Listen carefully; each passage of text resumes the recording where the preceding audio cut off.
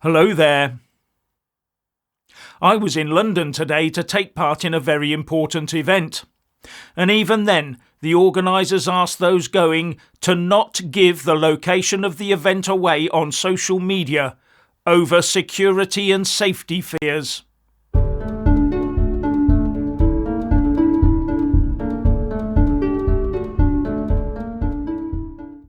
I went to the area known as the Reformers Tree in Hyde Park this afternoon to join tens of thousands of other people of all colours, creeds and religions to solemnly remember those affected by the Hamas atrocities on the 7th of October last year.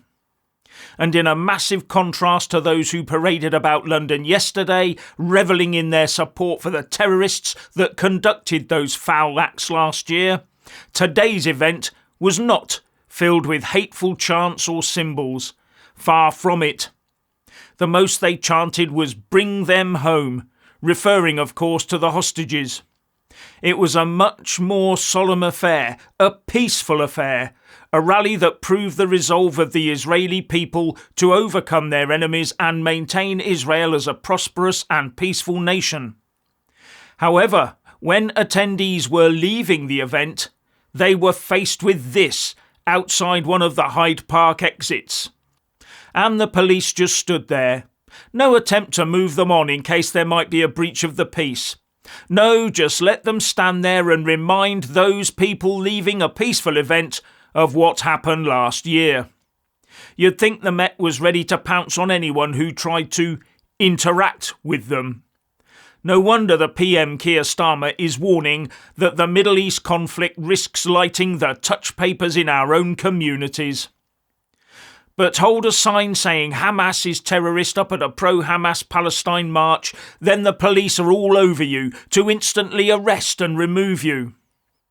Anyway, one of the little appreciated facts about the Hamas attack on Israel last year was that about 14 British citizens were murdered that day. And Hamas is still holding a British citizen, Mandy Damari, aged 28, amongst the 101 hostages it is believed they still hold. And her mother, Mandy Damari, gave a speech today about what her daughter is potentially going through.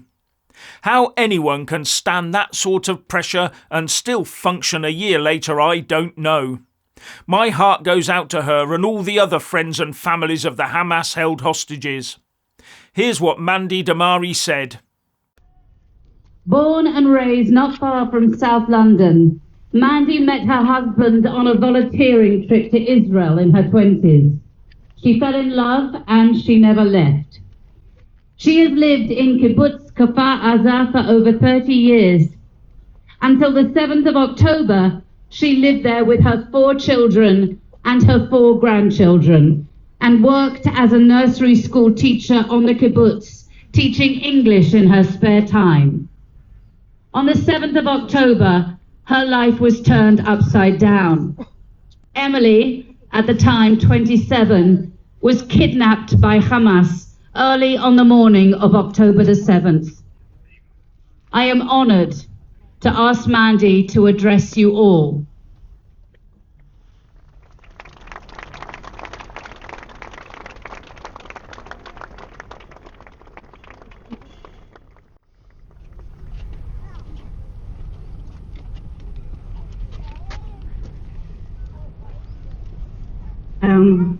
Thank you for coming. Sorry it's raining. I've got umbrellas. Before I begin, I'd just like to extend my heartfelt thanks to everyone involved in organising this event, and to each of you who has taken time to be here today. Your presence is a testament to the support and solidarity and compassion that sustains us during this challenging time, and I'm deeply grateful. I'm Mandy Damari, and I come from South London. Went to school here and was raised with the great British ideals of pubs, parties and freedom. And that freedom led me to Israel in my 20s, where I met my Israeli husband, fell in love and moved to a kibbutz, where we in turn raised 4 children, 4 grandchildren with slightly different values, but freedom was the most important of all. freedom to think, to speak, and to live fully.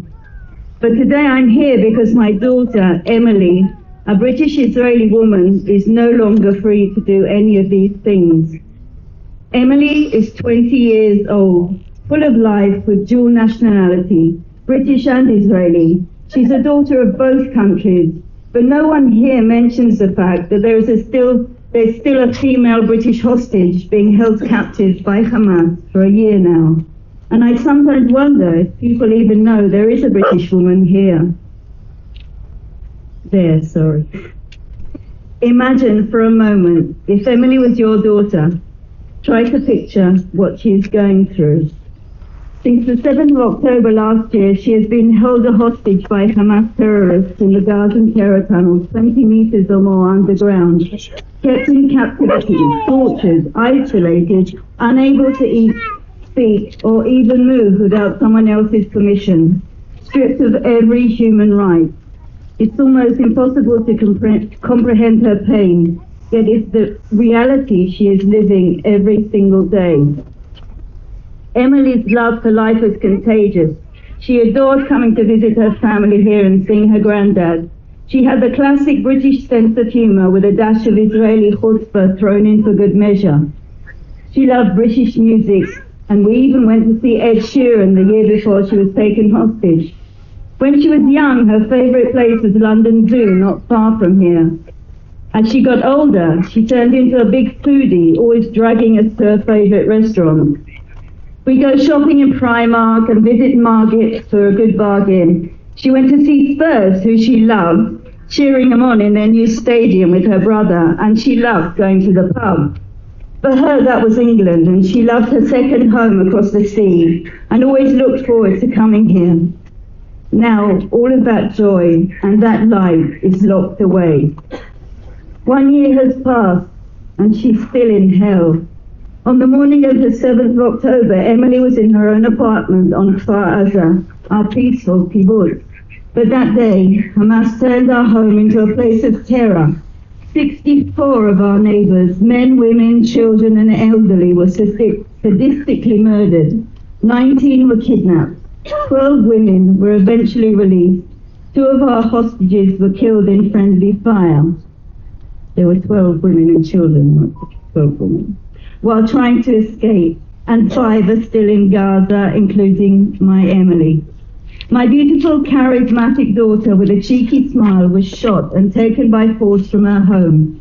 Her beloved dog, Chucha, was with her, was killed with a gunshot to the neck. Emily was taken, bleeding from her hand, to Gaza by Hamas Nakba terrorists, who blindfolded her and forced her into her own car with 2 other friends, the twins, Gali and Ziv Berman. I know from the women and children who came back last November when the ceasefire deal was reached that Emily was alive.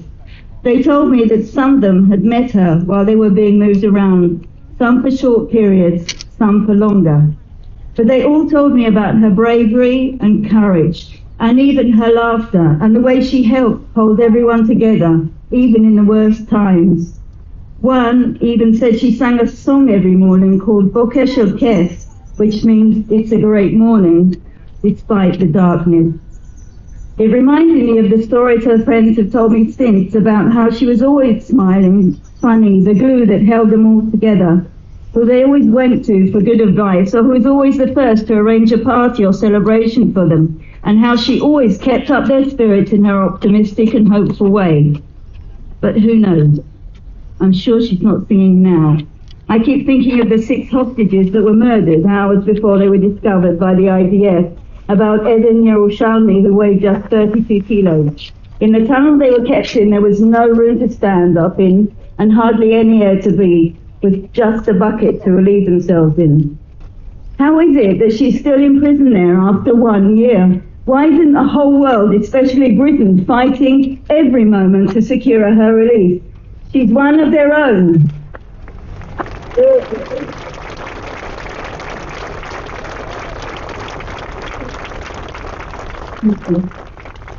But her plight seems to have been forgotten. My beautiful, funny and brave daughter, who I love to the moon and back, deserves to come home. I need to hug her again, and I need to see her smile. I know we could and should be doing more and more. I and everyone else has failed her, and the only way to make us all feel whole again is to get Emily and all the 100 hostages back to their families. Thank you.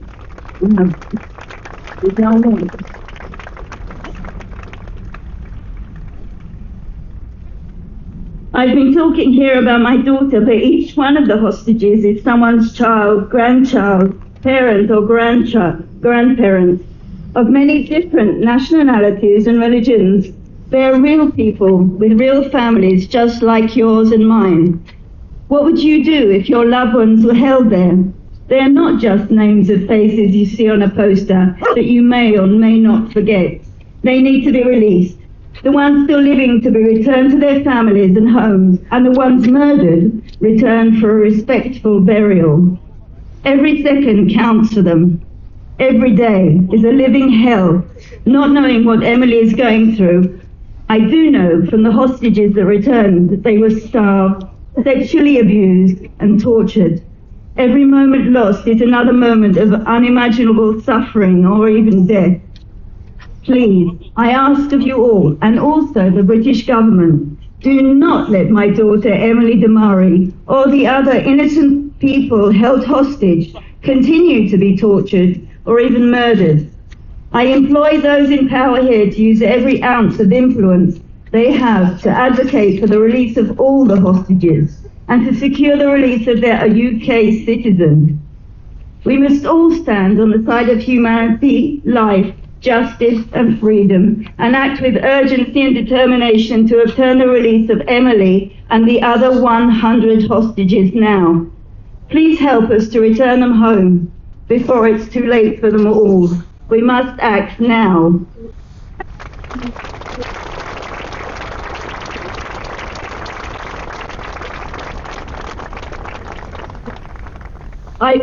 I want to end by saying this: no matter how dark the days become, I still hold on to hope, like Emily always told me to do.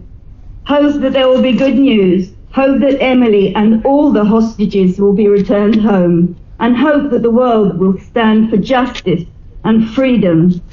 Thank you for listening, and I pray with you that we hear good news soon.